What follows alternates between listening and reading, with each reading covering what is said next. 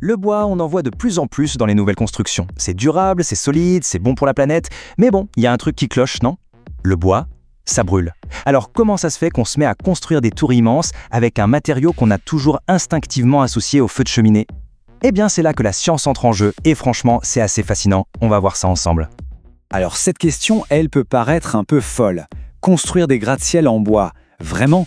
Et pourtant, c'est la question que se posent tous les ingénieurs et architectes en ce moment. Et la réponse, elle est plutôt surprenante. En fait, tout repose sur une idée simple. La façon dont le bois brûle n'est pas du tout aléatoire. C'est même prévisible. Ok, voilà le plan pour comprendre tout ça. D'abord, on va parler du fameux dilemme du bois. Ensuite, on va se pencher sur ce qui se passe vraiment quand le bois prend feu. On découvrira son arme secrète, le bouclier de charbon. Puis, on verra comment tout ça se transforme en règles de construction bien concrètes. Et pour finir, on parlera de la résilience assez incroyable de ce matériau. Bon, on attaque avec ce fameux dilemme. C'est simple, la construction en bois est en plein boom, partout dans le monde. Et c'est une super nouvelle pour le climat, parce que le bois, ça stocke du carbone. Mais, voilà, il y a toujours un mais. Cet engouement nous met face à une question hyper importante. Comment on fait avec le risque d'incendie? C'est le cœur du problème. Voilà, c'est exactement ça. D'un côté, on a un matériau génial pour l'écologie, de l'autre, cette peur tout à fait légitime du feu. Alors comment on fait pour marier les deux? C'est tout l'enjeu, et c'est là que la science du bâtiment a dû trouver des solutions très intelligentes. Ok, maintenant, pour vraiment piger comment on sécurise un immeuble en bois, il faut d'abord faire un petit tour du côté de la science du feu. On a tous l'image d'un feu comme quelque chose de chaotique, d'imprévisible, mais en réalité, quand il s'agit du bois, c'est tout le contraire. C'est presque une chorégraphie, une suite d'étapes très précises. Cette chorégraphie, elle se joue en 4 temps. Premier acte, le séchage. Logique, la chaleur fait bouillir l'eau qui est dans le bois. Deuxième acte, un peu plus technique, la pyrolyse. En gros, le bois cuit et se transforme en gaz. Acte 3, la combustion. C'est là que ça flambe. Ces fameux gaz s'enflamment. Et enfin, dernier acte, l'oxydation. C'est le charbon de bois qui reste et qui se consume tout doucement, comme des braises. Ce schéma illustre parfaitement ce processus. On voit bien que tout est une question de température. D'abord, l'eau s'en va. Puis, la structure même du bois se décompose et ça libère des gaz. Et attention, ce n'est pas le bois solide qui brûle, mais bien ces gaz. C'est ça qui crée les flammes. Et une fois que les gaz sont partis, il reste quoi? Le carbone, sous forme de charbon de bois, qui lui va se consumer bien plus lentement. Et là, il y a un détail qui change absolument tout. Quand le bois atteint 100 degrés Celsius, la température arrête de grimper pendant un moment. Pourquoi? Parce que toute l'énergie du feu est utilisée pour faire bouillir l'eau contenue dans le bois. C'est un peu comme un système de refroidissement intégré. Et ça, c'est super important, parce que ça ralentit énormément la propagation de la chaleur vers l'intérieur du bois. Bon, attention, on arrive au point le plus contre-intuitif et franchement le plus génial de toute cette histoire. L'arme secrète du bois pour se défendre contre le feu, c'est le feu lui-même. Oui, ça paraît dingue, mais c'est vrai. Quand le bois brûle, il ne disparaît pas. Il se transforme. Et il se transforme en une couche de charbon noir à sa surface. Or, ce charbon, c'est un isolant thermique exceptionnel. Il agit littéralement comme un bouclier, une sorte de couverture anti-feu que le bois fabrique lui-même pour se protéger. Ce bouclier ralentit énormément la combustion du bois qui se trouve juste en dessous. Et ce qui est incroyable, c'est que la formation de ce bouclier est prévisible. On peut la mesurer.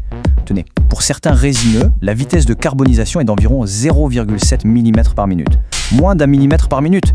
C'est lent, c'est constant et surtout c'est calculable. Et ça, c'est la clé de voûte de toute la sécurité incendie pour le bois. Et voilà où on voulait en venir. Toute la stratégie, ce n'est pas d'empêcher le bois de brûler. Non, l'idée c'est de calculer et de maîtriser comment il brûle. Puisque la vitesse est connue, les ingénieurs peuvent calculer très précisément l'épaisseur de bois qui restera intacte après, disons, 60 ou 90 minutes de feu. Et ils s'assurent que cette partie restante est suffisante pour que le bâtiment tienne debout le temps que tout le monde puisse évacuer en sécurité.